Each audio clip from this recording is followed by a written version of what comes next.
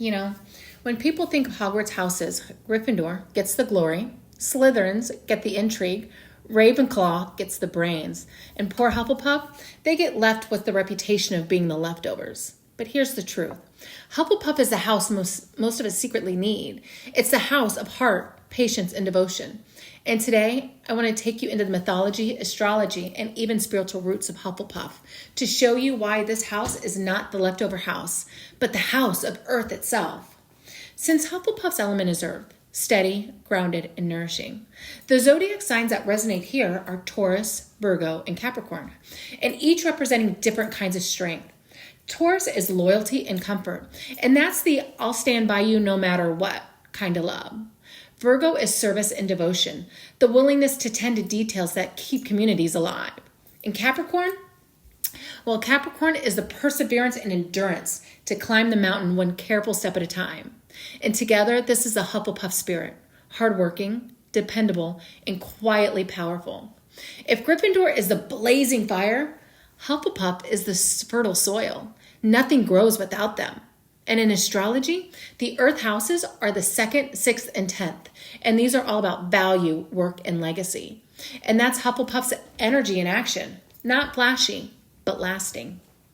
Now let's talk about the badger. Helga Hufflepuff didn't choose a noble lion or mystical eagle. She chose the badger, and that's no accident. In mythology, the folklore, the badger are guardians of the underground. They burrow deep, connecting to the hidden roots of the earth. In Celtic lore, they symbolize bravery, determination, and a fierce protectiveness of home and kin. Badgers might look small, but they are tenacious. And once a badger decides to defend its ground, nothing can move it. So to me, the badger is the perfect symbol of Hufflepuff, underestimated but unstoppable, quiet but deeply loyal.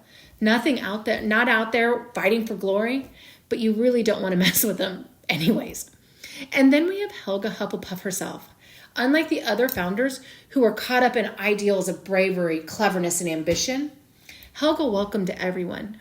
She valued loyalty, kindness, and community above all else. Her magic was rooted in hearth and home. She was known for her food spells, the enchantments that became the foundation of the Hogwarts kitchen. And can you imagine that? While others were dueling or scheming, Helga was ensuring that every child was fed. And in mythology, she reminds me of Hestia, the Greek goddess of a hearth. Hestia wasn't flashy. She wasn't out there slaying monsters, but every offering in the ancient world began with Hestia because of the hearth, the flame of home. It was sacred. That's Helga. She's the keeper of the flame of belonging. Even in spiritual and religious texts, we find this archetype. In the Bible, Jesus says, the greatest among you will be servant.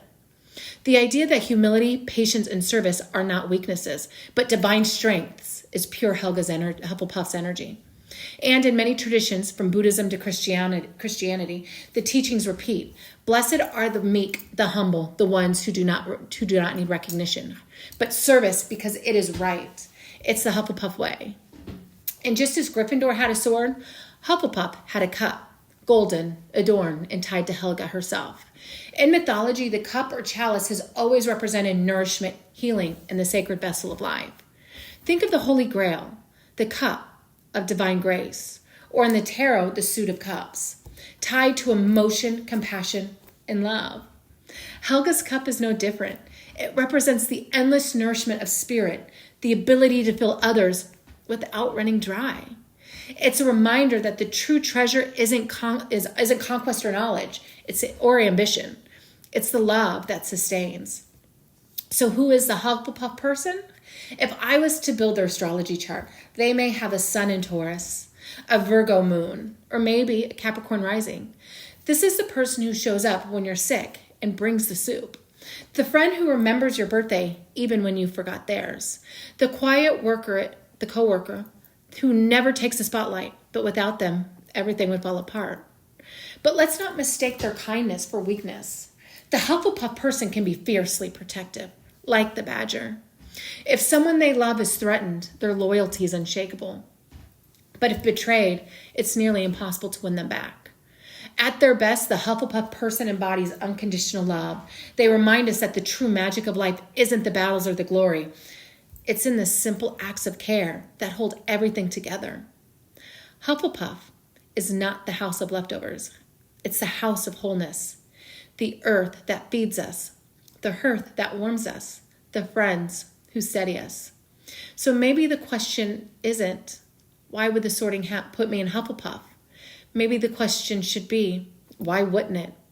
Because the truth is, in a world obsessed with glory and ambition, the courage to be kind and the strength to serve and the patience to endure, that's the rarest kind of bravery of all. So, tell me, do you feel the Hufflepuff spirit in yourself? Or maybe you have a Hufflepuff in your life that keeps you grounded. I'd love to hear about them in the comments. And if you've enjoyed this deep dive into the wisdom of Hogwarts, don't forget to hit like and subscribe for more Harry Potter astrology, mythology, wisdom, and magic. And next up, Ravenclaw. Sharpen those quills. We're going cosmic.